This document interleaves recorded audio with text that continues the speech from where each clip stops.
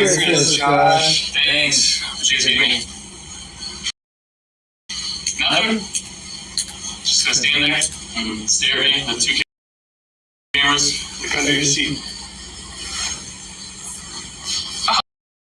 I needed this. What's good with it, YouTube bro? This Coffee back at it with another one, man. And right away off the rip, happy holidays, whatever holiday you may celebrate, not celebrate, whatever the case may be. I just hope the holiday season is great for everyone out there. Like, real talk, for those who've been tapping in lately, you guys know I've been going through some things, and just you guys tapping in with me in the comments, the live, whatever the case may be, I truly appreciate it. Like, y'all been uplifting me, real talk. And again, I hope you guys have just a great holiday season. Like Josh Allen, you seen they got his ass a towel, right? Well, there was more to it. That's not all that it was, but got to be careful with the clips, especially with the Bills. Like, they like to fuck with people's channels, man. Like, what's good with that? Y'all know I'm a fan. Or maybe you don't, because who knows me, really. But just a fan trying to create content and talk with other Buffalo Bills fans and other football fans out there. And leading into this, the playoffs, couple weeks away, the Bills not only clinched a playoff spot, which they did that already, rack up another AFC East title, division champion, still sitting at the #1 seed. Hit the comments, guys. What did you think about the game today? Like, my bro Jay Millie hit me at half and was like, Coffee, y'all are losing to the Bears at the half? What the fuck? You know what I mean? It definitely was a slow start. I personally, truly was never nervous. I knew we were going to get that W. And again, another win this season that wasn't necessarily a very pretty win, but it is a win. And like I said, we got the division title, etc. Having that #1 seed leading into the playoffs, is key. I really believe we get that home field advantage through the AFC. The the the playoffs got to run through Western New York, through Buffalo, through Orchard Park. I don't think teams is going to be able to come there and hang like that. Y'all let me know what you guys think. But Josh also hit 4,000 yards passing for the fifth time in his season. For the fifth season in his career, apologies, 35-13 win. As the game went along, we tacked some more on and whatnot. Even at the end of the game, like right on the final drive, we go for it on 4th down and get another touchdown. That was nice. I really like what I saw from Singletary and Cook. They looked good running the ball. But it was crazy. Like, later, what was it, the third quarter or going into the fourth quarter, that fumble from Gabe Davis, and Chicago ended up scoring, making it a one-score game again for a little bit. It was like, yo, what the fuck? Like, real talk, guys, a couple weeks ago, Gabe Davis was getting criticized again, which has kind of been going on all season. You know what I mean? As the bar was set really high coming into this season after that 4-touchdown record-setting performance in the playoffs versus the Chiefs last year, where they could just not cover Gabe. And he's been rather underwhelming this season. I mean, had a lot of love and love what I saw from Gabe from his rookie season right away, right with the Bills, but a lot of the fans who don't stay up on everything, they just, like, Gabe Davis came on their radar from that playoff game. But I don't know. I mean, there's always more than what meets the eye when it comes to football. You know what I'm saying? Like, I always bring up watching film and whatnot. Like, I'm not a guy that comes out here and acts like I know everything, but more or less what I'm getting at is I haven't really wanted to ish on Gabe Davis this season, but I don't know, man. Like, at this point, I don't know if it's like, does he not got the focus? Is something going on with him? I don't know. Everyone commented. Let me know what you guys think about Gabe.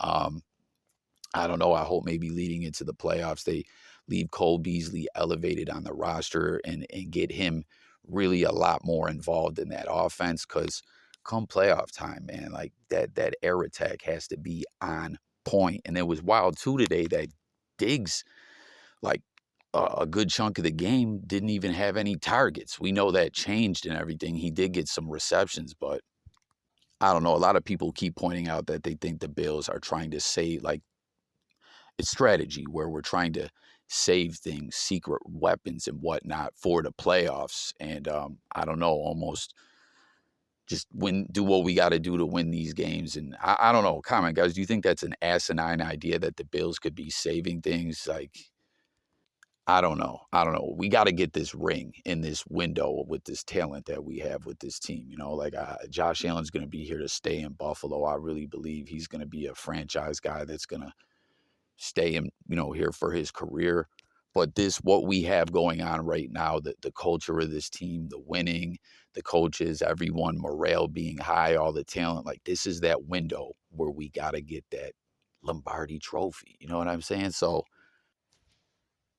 who knows? Like it's a crazy idea to think of saving things, but I really wonder strategy wise if that's something that's going on. Like they just got a whole next level playbook. I mean, teams always kind of change their playbook up or adjust things a little bit here and there and do different things in the playoffs. But I don't know. Like, and Hines is a guy I really wonder. We saw him implemented it in the offense a little more today, but and he got a touchdown in the game versus Miami. But this guy's like a Swiss Army knife. So I hope to, when he scored that TD versus Miami last week, I was like, man, I mean, he's been doing good on special teams and everything, but offensively, I was like, okay, Hines, he hit that backflip and all that. I was like, okay, he got the touchdown. Like, is Hines going to be a secret weapon leading into the playoffs? I don't know. Y'all let me know. But what up, BK? You know what I'm saying? We got your Bengals next, I believe, and then obviously we close the season out versus the Patriots. Comment, guys, what's your thoughts with the AFC? And when I'm saying this to everyone knows who's been watching the channel, my life is a mess right now, so I'm not paying attention to everything going on. But what's it looking like? What's your take for who's going to make the playoffs? You know what I'm saying? Like at one point, it was looking like the whole damn AFC East might get in, but the Jets dropped another one versus the Jaguars. There's talk that Jaguars might be able to pull out that AFC South title. I don't know. Patriots, I think, took another L today. They ain't getting in. I don't know, guys. Like, do you see just the Bills and Miami getting in? What's your thoughts? Get in the comments all with that below, as well as any other takes you got on the game, etc. Pretty crazy, too. I guess this was the coldest road game the Bills ever played. One of my bros who's been DMing me a lot of stuff, Freddie, shout out to you, my friend. Like I said, I haven't been able to make these videos. You guys know typically I like to pump the content out. But my mind is I just don't have my focus. But he was showing me some stuff earlier in the week that there was some worries that like this game, or was that the Miami game, could have ended up being moved also. But just some really cold football games like this going on this year. Like this is a rough winter. So everyone out there where you live, if you're in a lake effect snow area, if it's cold as fuck, let me know in the comments below. And again, any takes you have Bills related or just anything else football related, comment below. But something else I wanted to touch on real quick too is I'm sure everyone saw going in the highlight packages during the halftime shows, etc. Deshaun Watson got his first rushing touchdown with the Browns. But man, the Browns end up later eliminated from playoff contention, and it was bad. They took a loss to my bro Lon the Don Saints. And when you're losing to the Saints, it's bad. Like the Saints is terrible, horrible.